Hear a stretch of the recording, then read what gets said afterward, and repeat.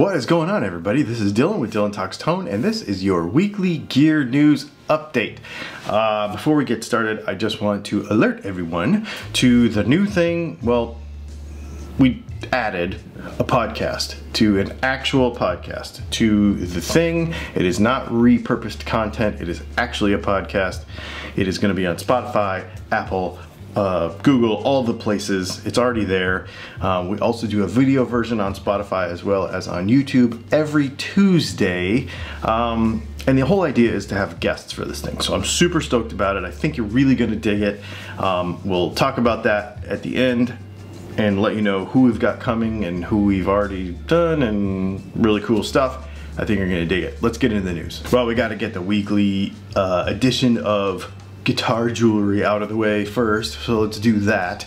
Brian May has teamed up with Seiko, and they are making a red watch. So it's gonna have like embroidered strings on the watch band, and then you're gonna have on the watch face is going to be the red guitar that he plays, red.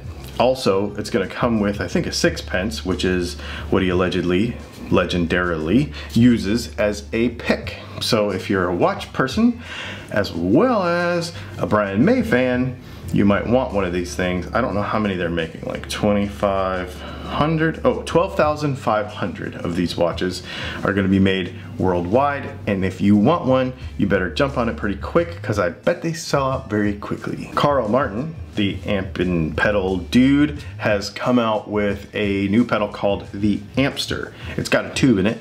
It's basically an amp in a box. And so the top controls are normal amp stuff, you know, your normal amp controls that you would normally have, but it also has two buttons, a cabinet and a mute. Mute makes sense. It's what mute does. It mutes and unmutes. But the other one switches you between cab sims, like speaker emulations, 412, 212. It's said that this thing is pretty martially, like a plexi kind of situation, because that's kind of what he's known for, and it's gonna be a pretty cool thing. So basically, you put this thing on your pedal board, you show up at a gig, you go direct out, because on the back it's got an XLR out to go out to, you know, powered speakers or PA or mixing board or whatever you want, as well as your normal in-out stuff. This thing is a pretty cool deal. It makes it, again, to where you can just throw it on the floor and play. We're going to talk about some more stuff along this line today. These are getting pretty popular, and we'll talk about why in just a minute. See, we're going to talk about it again, because Origin Effects has just come out with their Super Vintage and Bass Rig 64. So basically these are bass pedals, but they are preamp / overdrive pedals, kind of doing the same thing, but you could use them for a couple of different purposes, I suppose.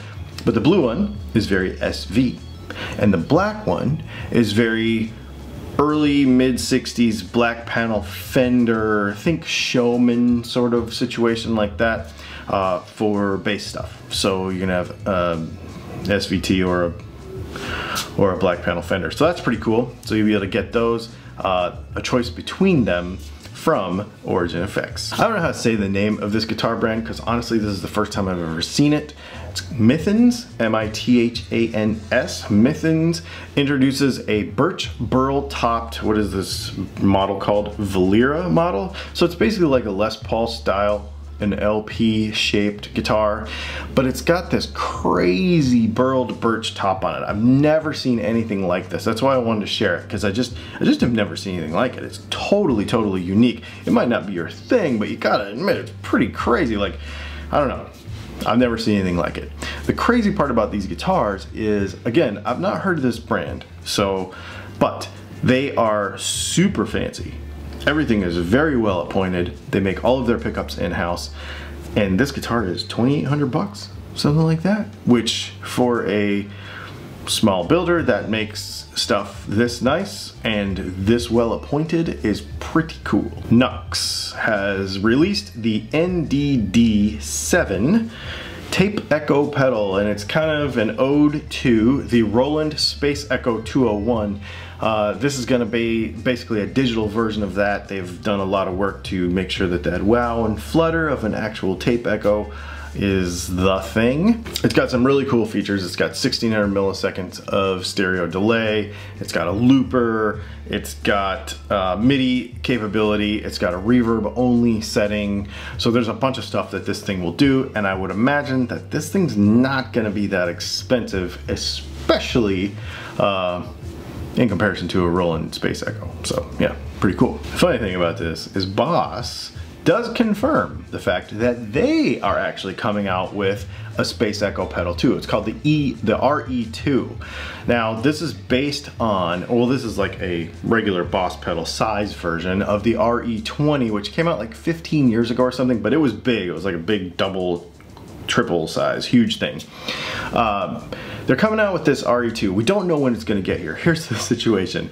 So apparently, some of these got leaked and sold on eBay, or were in the process of selling on, at least listed on eBay, before it was caught. I don't know how this happened. I don't know if somebody lost their job over this. I'm not really sure, but what I do know is they did not plan on releasing or announcing or saying anything about the Boss RE2 yet, but now they have to. And they're like, yes, we're making one, and it is the Space Echo, kind of like the last pedal we said, but it's actually coming from Boss, which is a Roland company, so the connection there is pretty awesome.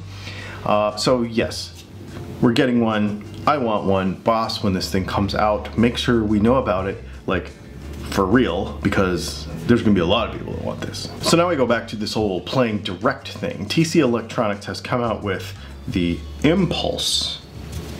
Duh. It's called the Impulse, and it is an IR loader.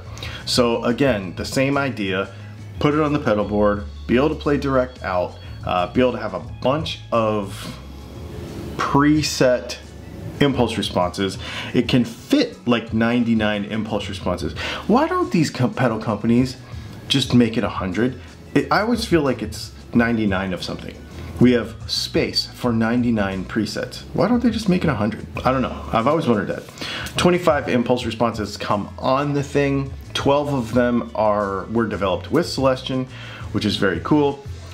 This is a thing that you're gonna continue to see, and I think the cool part about this is the idea is, if you don't wanna go full on like Line 6 Helix or Kemper or Quad Cortex or some full on modeling situation, you could kind of meet it in the middle with these speaker emulator / IR, depending on how they approach it. This is IR stuff, to be able to play more direct. And it's gonna be important because, well, I have to have it because I can't play loud here. But it's gonna be more important as more and more venues, because this is a trend, go to quiet stages and go to not allowing super loud amps. And of course, recording situations, we're gonna see more and more of this stuff as time goes on. So keep looking out for them, keep trying them. This thing's only gonna be 129 bucks. Gibson, about a year ago, I think, somewhere right around there, talked about and at least announced on a limited basis the Dave Mustaine V. Now the V that they make for Dave Mustaine is a 25.5-inch scale, so that's unique because obviously that's not a Gibson scale situation, but it's Dave Mustaine, so they're like, you know, we'll stretch it out a little bit. So these were only going to be available to the Guitar Garage in Nashville, so you could go to Nashville and buy it, or you could order it from Nashville over the phone. However, they have been apparently so popular that they're making them available at your normal retailers. So I know Sweetwater is one of them. There are a couple more that you'll be able to get these at. I'll try to find this and leave a link to it in the description of this video, as well as much of this stuff this week as I could find. Sometimes the stuff's not actually out and I can't find the links for it, but sometimes I can. I'll put them in the description below. Some of those links we do make a commission on, like it helps the channel out a little bit, and I do appreciate it when you do that. Sweetwater also has come out with a collaboration with Fender. It's basically just like a special color run situation, but let me tell you, if I did not have enough guitars that were sort of shaped like this, I would probably get this guitar, but I already have 2 Strats and 2 PRS Silver Skies, so I don't really think I need another one. But a Mexican Player Series Strat, it's just a Mexican Player Series Strat. However, and Telly. However, special finishes. Seafoam green on the Strat, and what is this thing called? Sienna Sunburst on the Telly. But the kicker for me is the roasted maple fretboards necks. I'll try to find a link to it and put it in the description because you're gonna want one. I don't know how limited these are. It says for the time being, so I'm not really sure how long you're gonna be able to get these for, but I would definitely get one. This to me is the #1 color combination for a Strat, in my opinion. Stringjoy Strings out of Nashville, Tennessee. They make them right there. We did a shop tour, I don't know, about a year and a half ago or something. I went there and saw them making strings. At that time, about a year ago I think, at that time they had a prototype set, a few prototype sets, like a little short run of their coated acoustic strings called the Foxwoods. Now, I'm not a fan of coated strings. You probably all know that if you've followed this channel for any time at all. These were so good in the prototype form. I told Scott, man, as soon as these things come out, I want to use them on my acoustics. They are really, really good. I normally don't like coated strings, but they don't feel coated. They feel pretty real. We just did a video on it this past Tuesday. So what happened is they announced that they actually came out last Wednesday, I think, but after we shot the news. So I didn't get to put it in the news. They released them. I ordered them right away. I got them the next day, I think, because we're so close to Nashville. Put them on a couple of my guitars. Played them for a couple of days, shot a video over the weekend, put it out Monday. Fantastic strings. I really like them. I'll leave a link to them in the description below too. They're super good. Check them out. Let me know what you think. They're not your normal coated strings that you think of. They feel really good and I like them. Oh, and check out Tone Mob. Blake Weiland put a prototype set of these strings on a guitar like a year and a half ago and left them on there for a year and a half. Been playing them. I think it's his dad's guitar. He's been playing it too, and he made a video with it last week. They sound great. So they must last forever, which is something I've not been able to check myself. Positive Grid has been on fire with stuff lately. Of course, we've got the Positive Grid Spark 40 over there. I use that thing all the time. It's fantastic. And then over here on the desk somewhere, I've got the Positive Grid Riff, or you could buy the new thing that's just coming out, the Positive Grid Mini, which is a little baby version. And I think it's truly meant to be a grab and go practice sort of thing. This little dude's gonna be tiny, tiny, tiny, like fit in the palm of your hand. The downside is that you're gonna have to give up a bunch of the controls on the top. So that guitar has, or that amp has like all your basic amp controls, you know, the reverb and the delay and the bass and middle and treble and the master and the gain and all that kind of stuff. It's got all that. This is only gonna have 3 knobs. It's gonna have, what does it say? Guitar, preset, and music. Volumes for probably each. The idea is that you're mostly gonna use the app to control all the other parameters and then just practice with this thing. The cool part is it sounds like it's gonna do some auto EQ stuff, like where if you put a backing track behind it, it will help you find the right tone. Positive Grid's very smart about this stuff. It does work very well. Truth be told, I use the app with that thing 99% of the time anyway. I just have my phone laying on the desk and I use the phone to control it most of the time anyhow. So you probably won't lose anything and you'll be able to take this with you wherever you go. It's pretty cool. Positive Grid is pretty on it with this stuff, and these things do sound good like through headphones. I don't know how the speaker's gonna sound because it's gonna be tiny, but with headphones it's gonna be pretty cool. I think you're gonna dig it. You should try it. It doesn't come out until, I think the pre-order starts mid-March.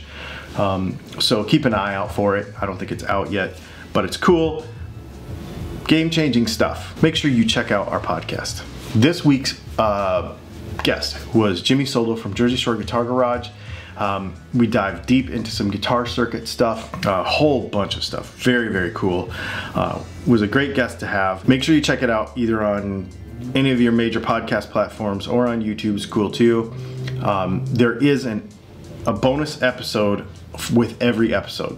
So we chat for 45 minutes or an hour or something for normal episode, and then 20-30 minutes is for Patreon and YouTube members only. So if you click the little button down there and hit the join button, It's like $5. You can hear all of the bonus episodes that we do with all of our guests and actually without guests. So every podcast is going to have this for Patreon and for YouTube members only. We dive into some major stuff. He shows some stuff that actually he's never showed me. We've been friends for a long time, and he's done some, he'll be like, I put goop on this so you don't know what I do. He showed us some of that stuff. So it's pretty cool, like what he does with some wiring circuits, give you some tips and that sort of stuff on the Patreon side. I think you're gonna dig it. Next week's guest, at the time of this taping on February 23, next week's guest is going to be on Tuesday, is going to be Austin from Runway Audio. And we dive into some pretty cool stuff there too. I think you're gonna dig it. Cable stuff, explaining cheap cables versus expensive cables, marketing strategies for cables, all that kind of stuff. We dive into some crazy stuff on the normal podcast platforms, YouTube, and also on Patreon. So thanks for hanging out, and we will see you tomorrow at the live stream. We also are guest. We are doing a guest appearance on the Aaron Short Music live stream Friday night, and we're going to try to broadcast to 2 channels. It didn't work last time, but we're going to try to broadcast to 2 YouTube channels, mine and his, at the same time. We're going to talk about carbon fiber guitar stuff because he just got a Rain song. I've got a McPherson. We're going to chat about that stuff. It's going to be pretty awesome. Thanks for hanging out, and we'll see you soon.